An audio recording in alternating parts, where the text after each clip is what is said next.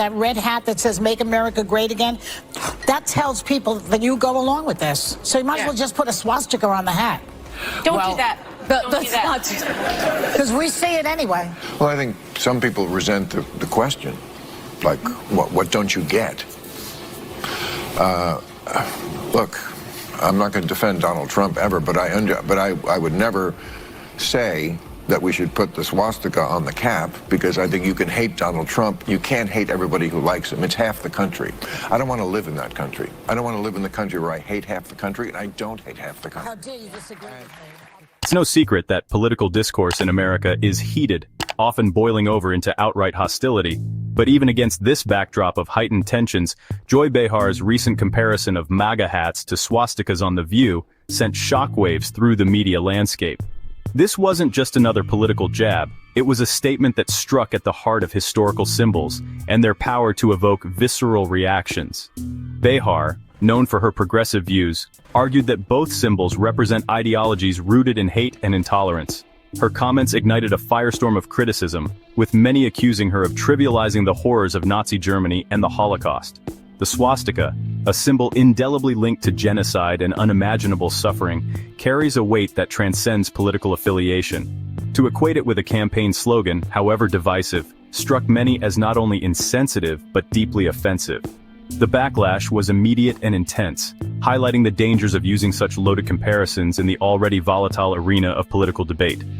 Behar's words served as a stark reminder of how easily rhetoric can escalate into inflammatory and ultimately unproductive exchanges.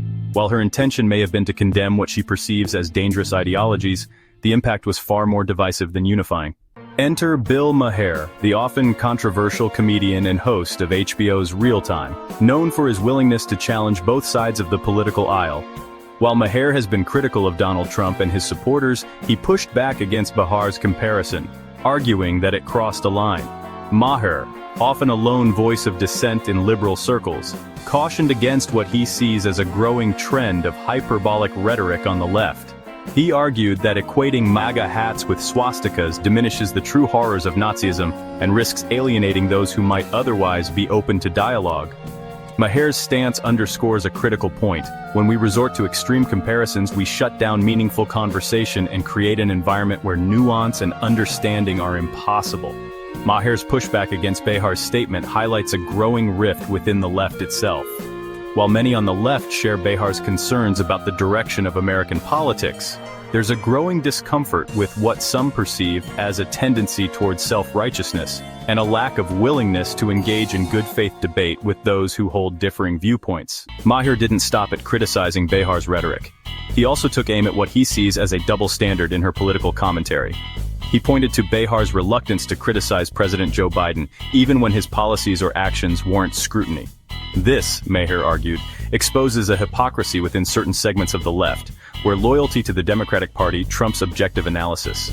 Maher's critique of Behar's perceived blind spot when it comes to Biden underscores a broader concern about the state of political discourse in the United States.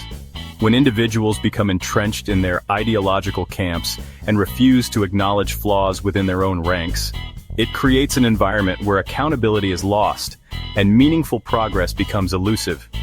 This unwillingness to criticize one's own side, Maher argues, is not only intellectually dishonest, but also strategically unwise.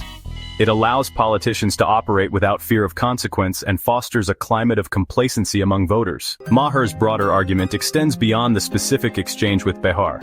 He posits that woke culture, with its emphasis on political correctness and cancel culture, is contributing to a climate of fear and silence, particularly within liberal circles. This, he argues, is not only stifling free speech, but also alienating potential allies and pushing moderates towards the other side of the political spectrum. Maher's concerns about the impact of woke culture resonate with a growing number of Americans who feel increasingly alienated by the extremes of both the left and the right. This sense of alienation, he argues, is driving people away from meaningful political engagement and contributing to the polarization that has come to define American politics. The fear of being canceled or ostracized for expressing dissenting opinions, Maher argues, is creating a chilling effect on public discourse. This self-censorship, he believes, is ultimately detrimental to a healthy democracy which thrives on the free exchange of ideas, even those that are controversial or unpopular. Maher's plea for courageous conversation. Maher's message is not one of despair, but rather a call to action. He implores his audience, particularly those on the left, to engage in courageous conversations, even when they are difficult or uncomfortable. He argues that true progress can only be achieved through open and honest dialogue, where diverse perspectives are heard and respected. This call for courageous conversation is particularly relevant in today's hyper-partisan environment, where social media algorithms often trap individuals in echo chambers, reinforcing existing biases and limiting exposure to alternative viewpoints. Maher's message serves as a reminder that meaningful change requires stepping outside of these echo chambers and engaging with those who hold different views. Maher's plea for courageous conversation is not a call for civility's sake. It's about recognizing that true progress requires understanding the perspectives of those with whom we disagree. It's about acknowledging that even within our own ideological camps, there is room for nuance and disagreement. Maher's ultimate message is one of hope.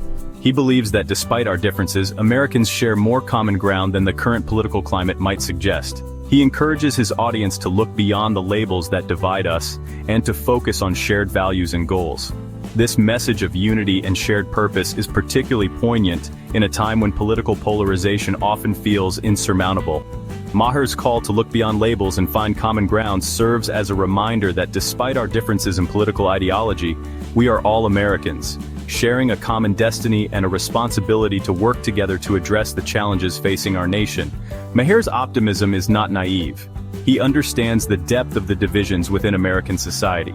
However, he believes that by focusing on shared values and engaging in respectful dialogue, it's possible to bridge these divides and find common ground. The debate between Bill Maher and Joy Behar, while sparked by a specific incident, reflects a much larger conversation happening across America. It's a conversation about the limits of acceptable discourse, the dangers of political tribalism, and the importance of engaging in meaningful dialogue across ideological divides.